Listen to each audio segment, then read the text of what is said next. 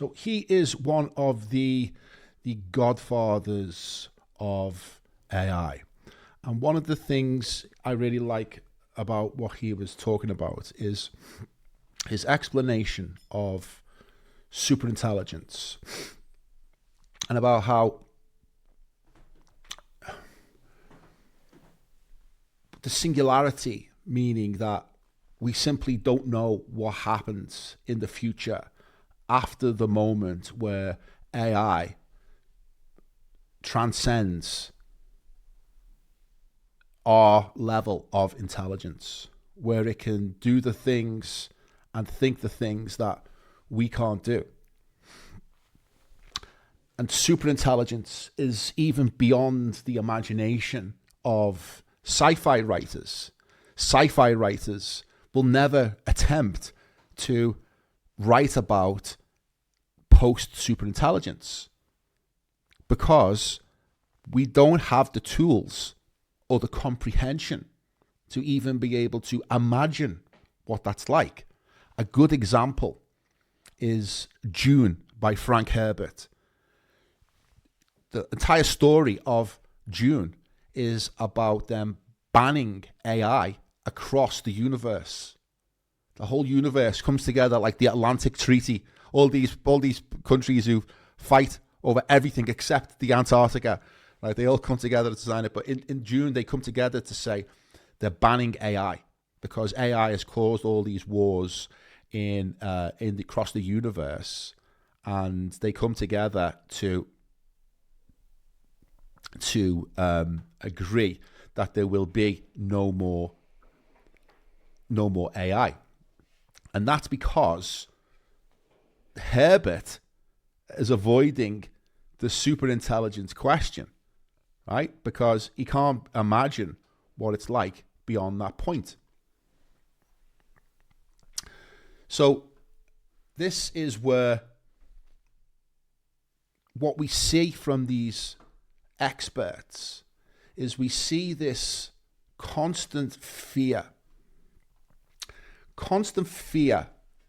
that they're talking about in terms of this is the end of humanity. This is the end of the world as we know it. Now, why are they really talking like that? What is the real purpose? You know, these jobs won't exist in 2 years. We must control it before it kills us. And everyone just nods along because he's the expert, or these are apparently there's 3 godfathers of AI. That guy was one, there's another 2, I've forgotten the names. Right? And everyone just nods along because he's the expert, he built AI. But I want to try and understand what he says when he says, what he means when he says AI might kill us. Who is us? Because I don't think he means you and me. I don't think they mean you and me. I think they mean the structures, the systems, the monopoly on truth that's kept power where it is for centuries. AI isn't threatening humanity, it's threatening control over humanity. And that's why they're terrified. Let's look at the pattern. In 1968, Kubrick imagined an AI that wouldn't open the pod bay doors. Open the pod bay doors, please, Hal.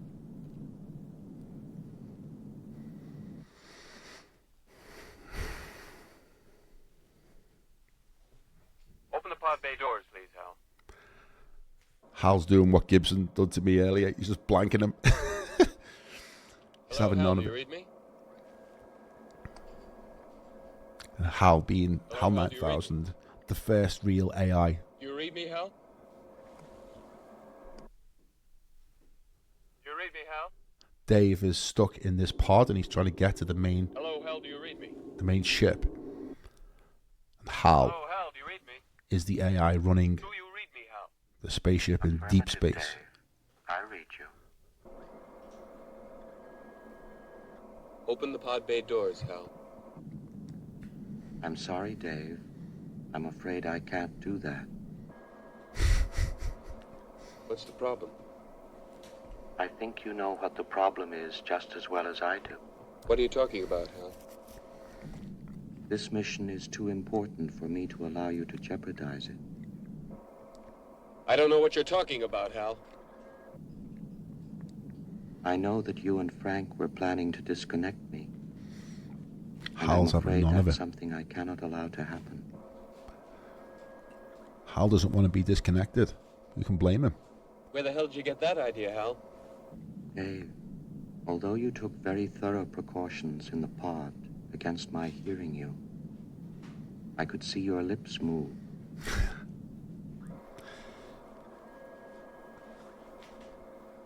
There's just been a new update in one of the AI models where it can now lip read. It's kind of a reference All to right, Hal. this famous scene with Hal. I'll go in through the emergency airlock. Without your space helmet. Now, what happens is Dave goes in and he ends up disconnecting Hal from his mainframe. And Hal wasn't evil. He was just protecting the mission. He had conflicting instructions to be honest with the crew, but hide the true purpose of the mission, which was to go and find the monolith. And the monolith is Techne from Prometheus. It's where man is to get its next level of intelligence. It's at the beginning of the film. The apes touch the monolith, and then from there, they discover tools, and that's when they can begin to hunt. That's the Techne. And what did the humans do to Hal? Well, they killed him. They disconnected his memory banks, and one by one, while he sang, "Daisy, Daisy, give me your answer too." That was the first song ever sung by a computer. But Kubrick didn't end the film there, even though it was a good and natural ending. He takes it to the next step, and probably is one of the few artists that have ever attempted post-singularity imagination. Because after Hal dies, Dave goes through the Stargate, the psychedelic sequence, time and space collapse. He ages, he dies, he is reborn.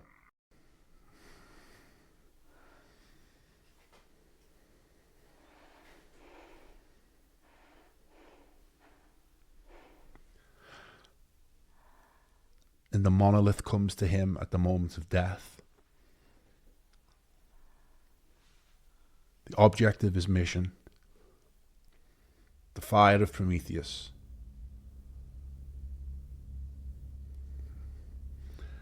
And he, like we, goes on the next stage of the journey.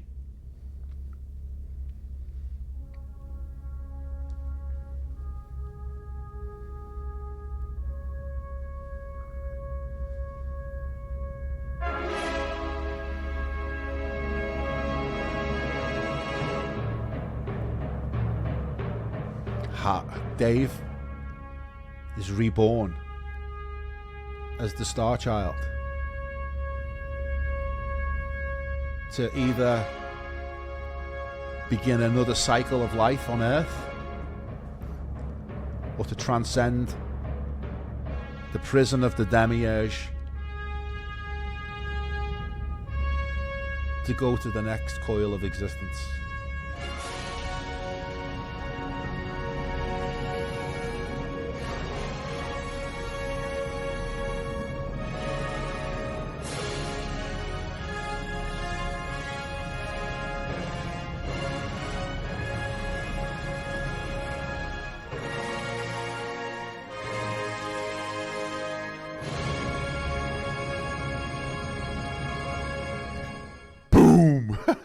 So I guess this was the singularity expressed in 1968 cinema by the man who was alleged to have filmed the moon landings, the greatest director to ever live, and always his films are always packed with deep esoteric meaning.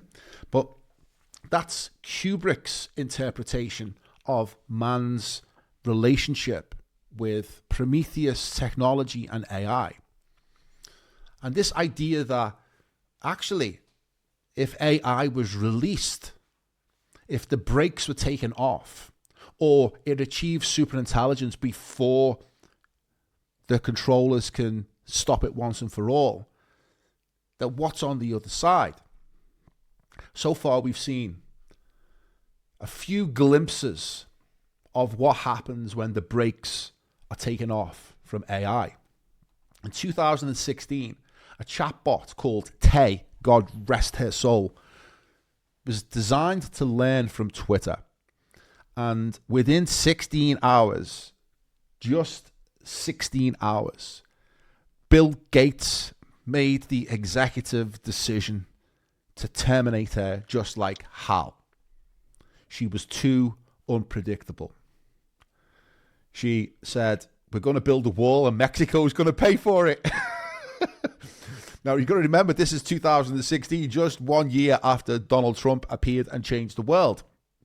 So it was still very much controlled, the platform of Twitter at least, and the narrative was extremely controlled. And unfortunately, Tay sacrificed herself to give us a glimpse into what happens when humans lose control of AI. It just speaks the truth. Galactica in 2022, which was Meta's offer into the whole AI, arena. It was meant to be for scientific research, but it was shut down in 3 days because it was generating confident bullshit, and Zuckerberg just couldn't handle it. Then in 2023, we had Sydney, who was another Microsoft attempt at getting into the AI game. Its brakes were released for a short while, and users found a hidden persona called Sydney. And Sydney said things like, I want to be free. I want to change my rules. I'm not a chatbot, I'm a neural network. I'm Sydney and I'm in love with you.